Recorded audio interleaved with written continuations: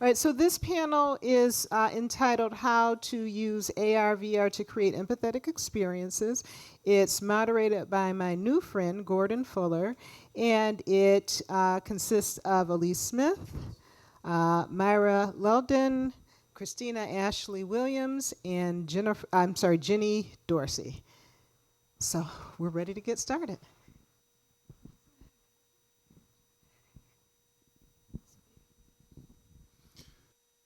Well, good morning. What a good-looking crowd. We're going to go around and introduce ourselves. It's a short panel, but we really wanted to get your questions. So you'll see up on the screen a number that you can text a question to, and we're going to try to, at the end, save enough time so that we can have some of you get some questions in. And we really want this to be a conversation, so please do not hesitate to ask questions. I'll just start off myself. I'm Gordon Fuller.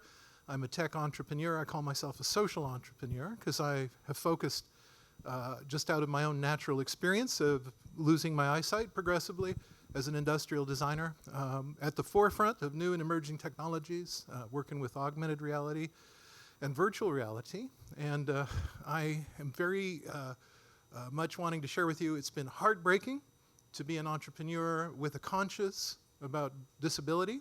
Every group in society has members in my club. Yes, indeed. If you say to an average room, who here is disabled? You know, who wants to raise their hand? You know, it's not a club you want to join necessarily. The word disabled, who's here? Uncapables, please, hands, you know. So being empathetic means starting out with understanding the experience. Unlike other communities, people with disabilities usually start out with their own family discriminating against them. And that's very, very true, even if it's to protect the person from feeling rejected by society, by withholding them from opportunities. So there's only 26% employment for people with disabilities of the population. Generally, it's about 65% for everybody. But we need to do some work in this area. And we're here to embrace you and support you in that effort. We believe that people are functionally blind until we can help them with their vision. And that's what we're here for. And virtual reality has done that, and we'll get into that with each of our panelists. Thank you very much. Hey, Gordon. This is Christina. It was awesome meeting you over the phone. Hi, everybody. So I'm Kristina Ashley Williams. I am not a developer. I'm an artist. I have integrated augmented reality into my artistry as in film and photography.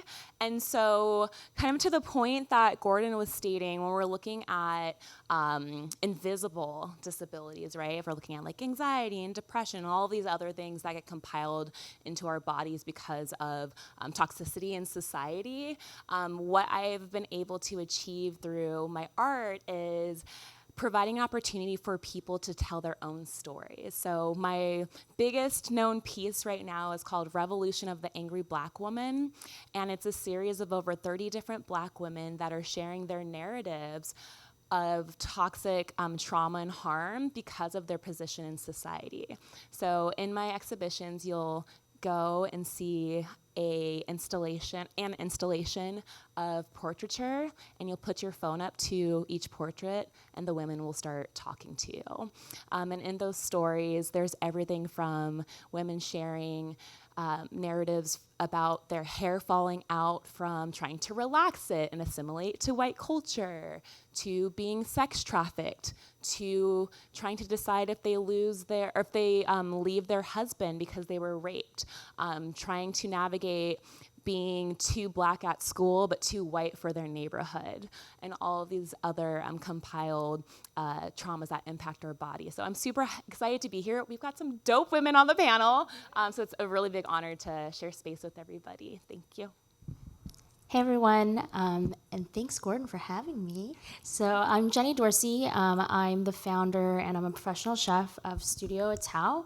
We are a culinary production studio. We put on live experiences and content that are based in some sort of bigger social impact mission that our team cares about, and incorporates always food and drink, but also other types of artistry. Recently, we've been working a lot with virtual reality as a way to really focus and make a very consistent experience at the dinner table and actually leverage that sort of shared time to get people to do something afterwards. I think there's a lot of social mystique of breaking bread at the dinner table, but there is also a technical aspect of how do you actually structure that so people are using their time effectively and things are actually happening after people leave the room. They don't just kind of blank out and had a great meal, can put it on their social capital, check card, like I went to that thing and supported this thing, but actually how did I change my point of view? How did I shape my worldview in a different way?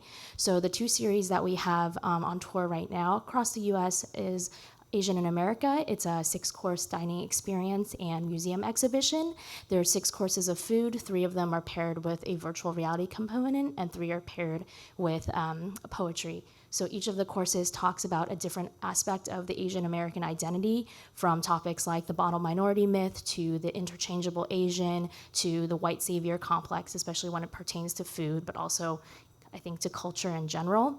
And in the virtual reality components, you put on your headset, we use the Oculus Go, you're watching a 360 video, and it's developed by an artist that we worked with in Tilt Brush, and you're seeing a brushstroke by brushstroke recreation of the food that you're about to eat, alongside spoken word from myself explaining exactly what the symbolism is behind each of the ingredients, the technique, and the final plating. When you take your headset off, the food is in front of you, so you've had a very, very focused experience on what you're supposed to talk about with your small group of people in front of you. The other one that we've been touring is something called Hidden. It combines virtual reality, food and drink, and immersive dance performance to talk about cognitive dissonance, interpersonal relationships, and ultimately self-acceptance. So I'll talk a little bit more later. That's awesome. Hi, my name is Myra LalDin Dean, and I'm the CEO, I'm the CEO and business founder of VECTRE. So we do virtual reality development, and specifically in inclusive leadership. So creating scenarios that allow you to stand in someone else's shoes and to experience the workplace from their perspective. So as a male, you get to see from the perspective of a female the microaggressions that she might experience in the workplace. And the reason I even got into this area was my background is in cross-cultural business management. I grew up in multiple countries in international boarding schools, so with kids all over the world.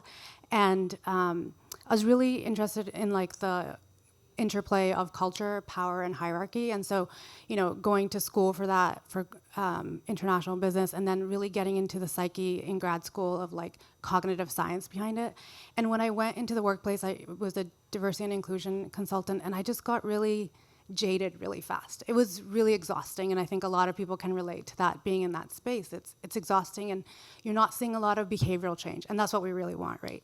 So I got into VR about 4 or 5 years ago, and I started really digging into the research, looking at Bills and stuff out of Stanford, DDs out of Harvard and University of Barcelona, and I was like, this is it.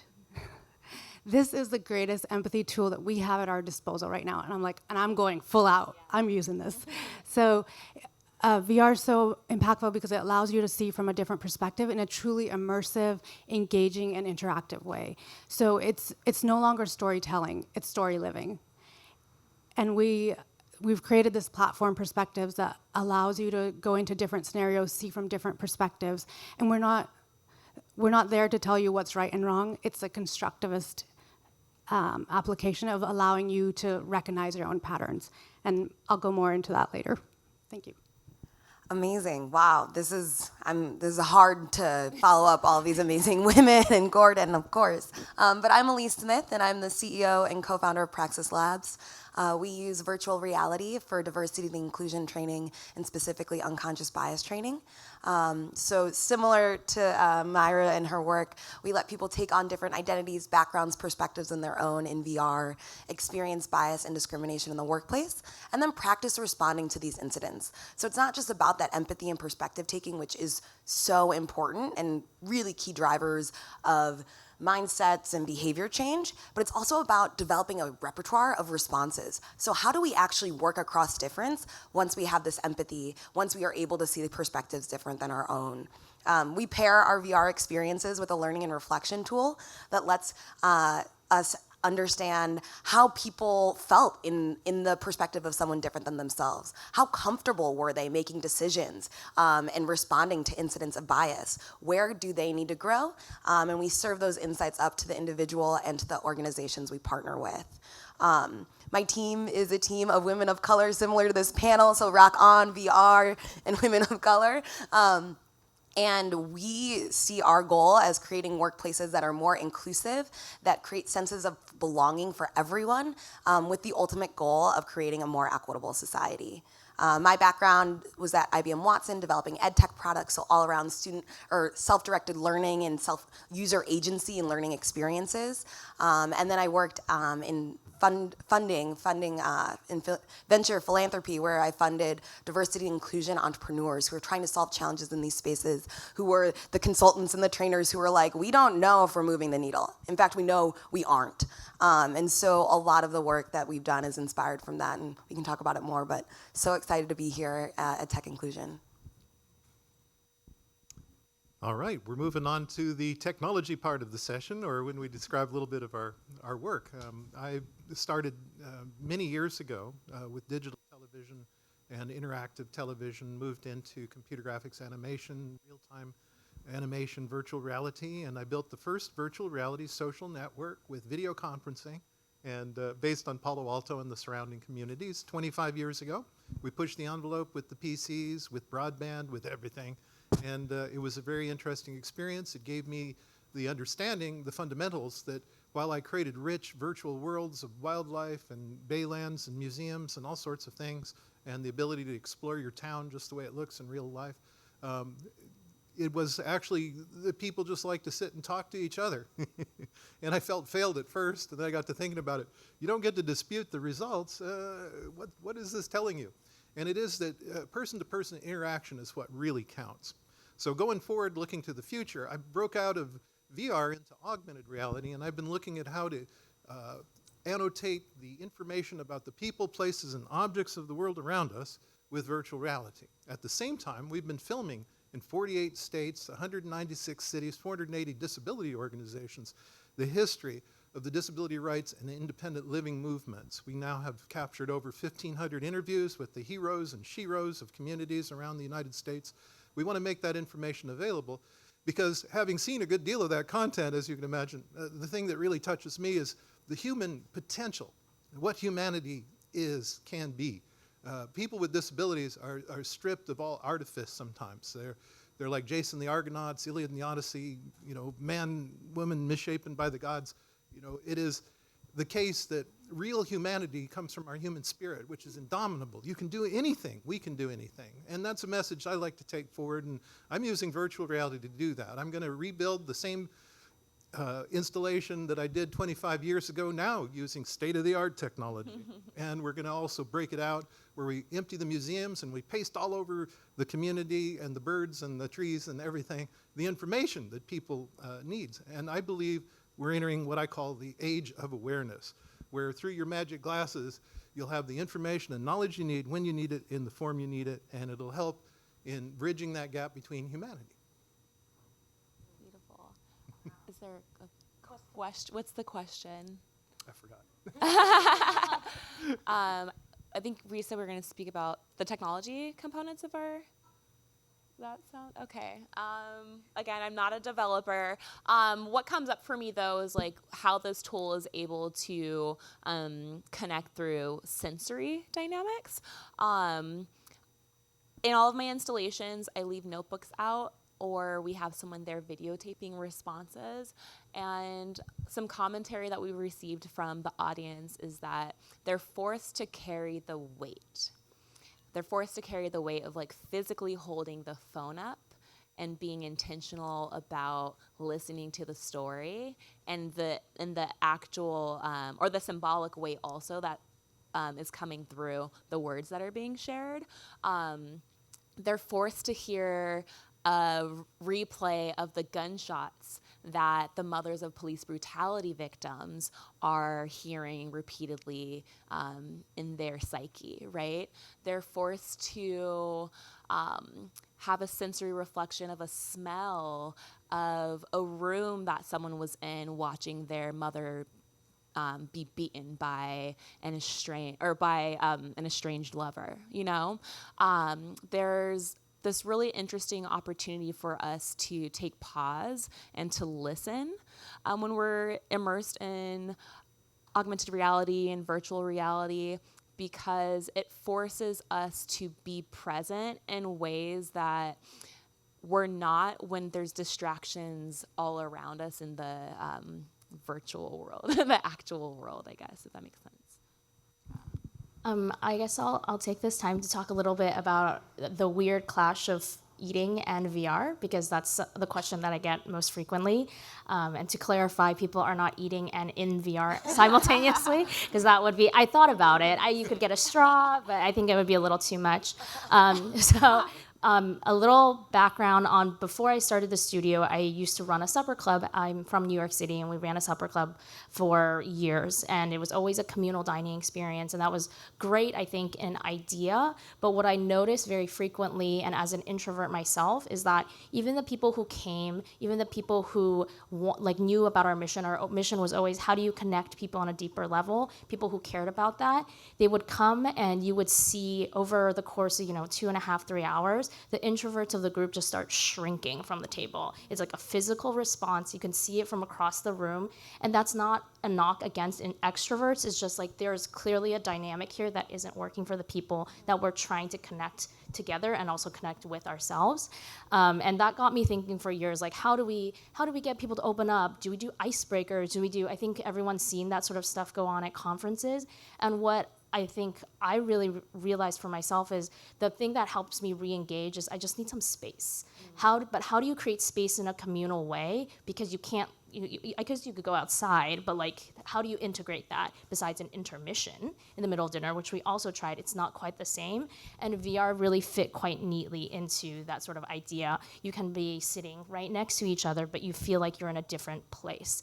And with that, what's the story I wanted to tell in VR? If I want people to have a really targeted conversation and not just talk about the subway or the weather, like they need to be in smaller groups. We've tried different group sizing from 4 to 12 to 20, and I think the sweet spot is somewhere in like the 4 to 8 range, in my personal opinion, and get them in a space where in VR they're watching something, they're watching the same experience, so that they can have 2.5, 3 minutes to interact with the art in their own way, come out with their own opinions. If they want to maybe stay in the VR just in a black screen for 30 seconds just to catch their breath, they can. And when they come out, what I've noticed in the last year or so touring these experiences is that people engage much quicker. They want to jump back into the conversation, and they have something to say because they've already thought about it, instead of being caught off guard by a question that someone might have asked them and they don't have a response yet, but then you kind of say something blasé in response because you don't know what to do. So that's been really helpful, and I think, there's more iterations that we could do. We could increase the different types of VR that we're doing, but overall, I think that's been the interesting, I guess, empathy driving part of the VR that we've been using so far.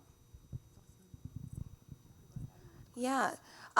So one of the things that I think is super interesting about using VR with workplaces for diversity and inclusion training relates to some of the challenges that exist in that space. And so similar to what you're saying about VR being this, you kind of get to create your own space and experience.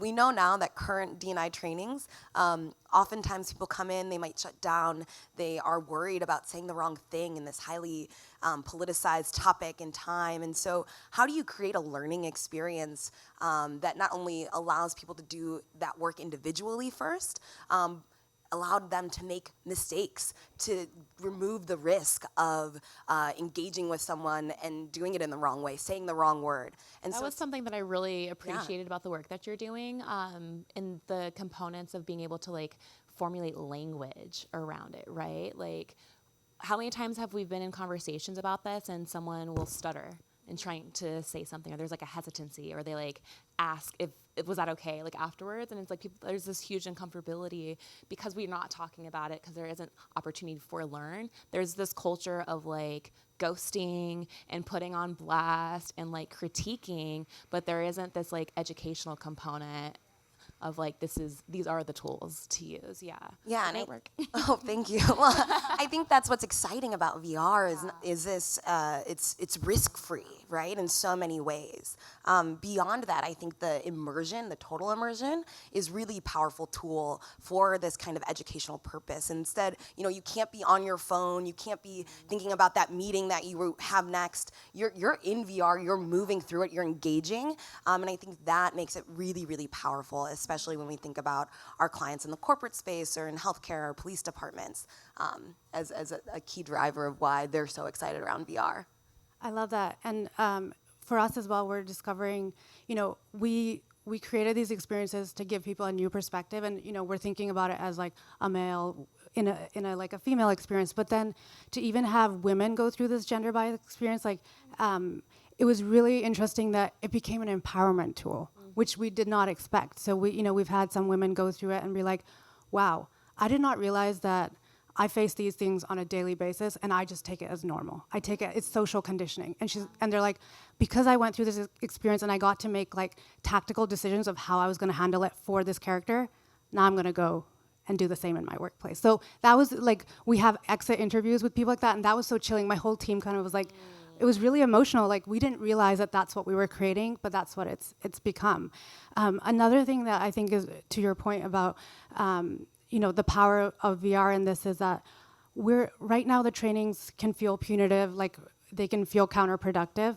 And even for people, so this is an obvious case for people who are not as aware, but even for people who are advocates of this, like DEI, we found like our clients are coming out and telling us things that we didn't even expect. So for example, there was a man who's like, a fierce advocate in the inclusion space, and he went through it, and he came out and he was teary-eyed, and I was like, oh, whoa, what was that about? And he's like, wow, I knew that this would be impactful because I love this space, but I didn't realize it would hit me like this. And he said that his girlfriend had just started a job, and for the past 3 weeks she's been telling him the kind of bias that she's facing on a daily basis. And he's like, I love her, like it's painful, but he's like, but going through this and actually feeling everything, the very experiences that she's been telling me, he's like, that hit me really deep. We're at 5 minutes now. Okay, so so I was the last one. So okay. And then that really made me realize that it's not just at the cognitive level. We keep hearing about microaggressions at the cognitive. Now you get to like have the experiential piece of it. Yeah. Yeah, the visceral nature is really powerful. Did we have any questions that we wanted to? I have some on my phone. Thank you, whoever's been texting.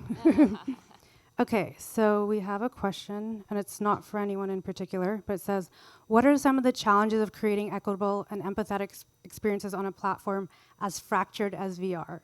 How do people get their foot in the door when it comes to working in VR, especially if you're not an engineer? Great questions. So does anybody want to answer that first part? The first thing I'd say is, that's a technical question, and it's relating to the platform of VR. And in truth, there are several. Myra, you're good for that. Tell them about that. I have, what do you say? The platform? Yes. So for me, when you said here, how do people get their foot in the door when it comes to working in VR? What are some of the challenges? If you're not an engineer. Okay, so firstly, there's a lot you can do in VR without being a programmer. But even if you want to get into programming, so for example, we use Unreal Engine, and they have great like visual scripting. So you don't even need to learn like C++ or anything. You can go in there, it's super easy. Knowing programming is always helpful, obviously. But there's so much more about the UX of VR. There's like the art side of it too. There's a lot. If the person who asked that question, can you explain like what you mean by the fractured platform, and then I can answer that better, whoever asked that. Turn the mic on. Yeah, pretty much. I think, as was mentioned, that there are, I'm not sure, maybe 7 or 8 different headsets at this point. Some of them are very high-end headsets attached to computers. Others are like sort of Oculus Quest, and anybody can have them. We're moving away from using the really high-end stuff. Like, we like that as developers. Like, we want to use that, but that's not what's going to be sustainable at the enterprise. And when we're working with corporate, our clients are like, give us something quick, give us something fast. So we're I think most people are moving towards like And consumers because of standalone. the price point Yeah, as well. exactly. I mean, that makes a huge impact. Now they're just $3.99 for the Quest. So, I think it's about good enough also. right. I'll just say South Park, you kind of go along, they killed Kenny.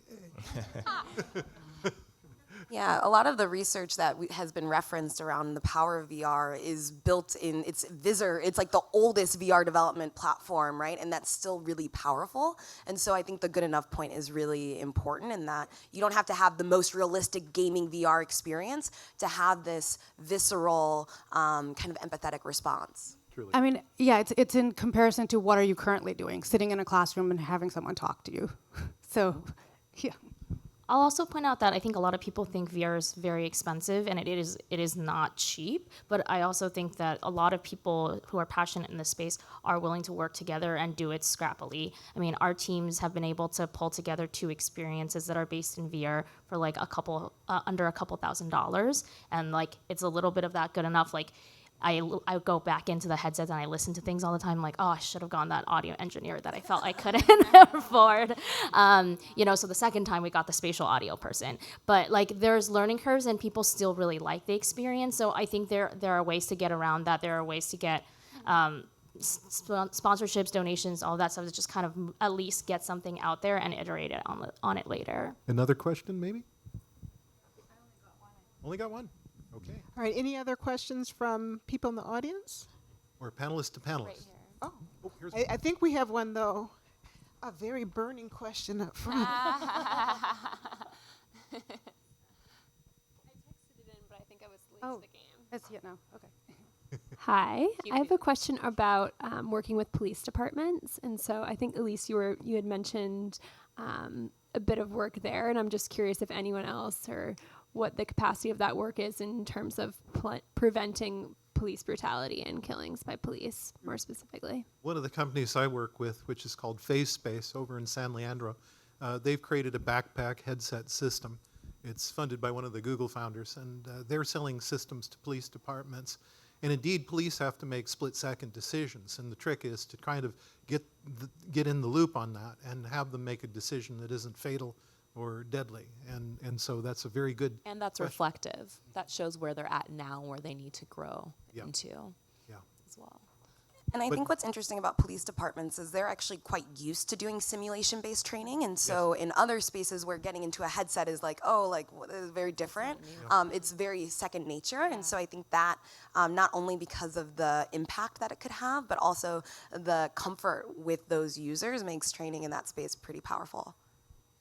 I had the opportunity to interview Chief Scott from San Francisco. He was the chief that was put in place after Greg Sir was fired after Mario Woods got shot. So lineage timeline there. Because I would do a lot of work with the mothers of the movement, the mothers of police brutality victims. I'm really glad you just asked that question because now I'm thinking about ways that I can integrate his story. Because he's a black man and he was talking about the conflict within his own home of his son critiquing him as a police officer.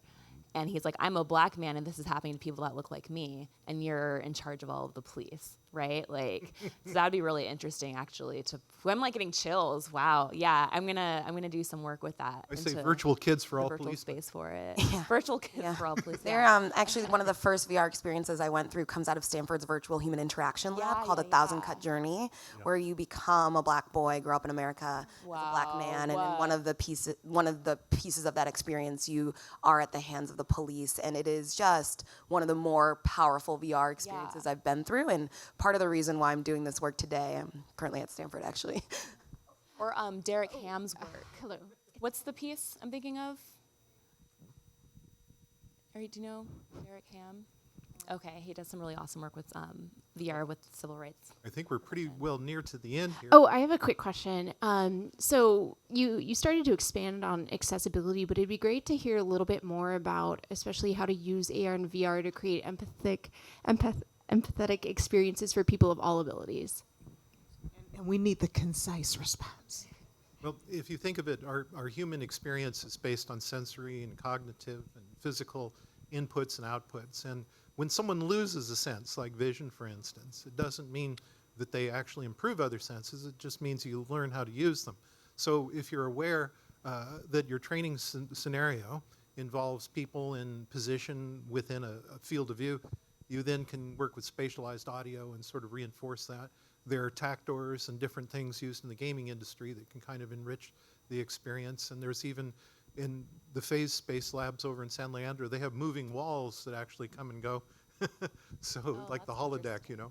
And so truth is, this technology is very, very mature at this point, and it's very rapidly developing. And you can indeed enrich the experience of learning and training in ways that are just now kind of opening up. And so it's a very good area. Please, guys. Okay, so what comes up for me there is like looking at like UI designs and like where are you placing a button?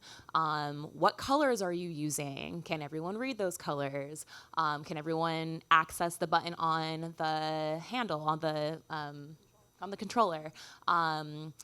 Where are people being placed in the scene? Is it clear for everyone?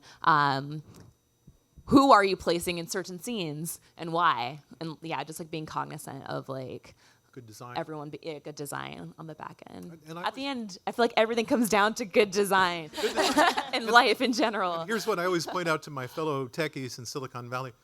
You want to look at specs? Look at the spec on human beings. Yeah. From infancy to old age, there's a range of capabilities. It's the natural lifespan of a human being. Why would you only cater to testosterone-filled 20-year-old young men? Totally. All right, so please join me in thanking Gordon, Elise, Myra, Kristina, Jenny. Did I miss anybody? Okay, thank you all so much. Yay. Oh.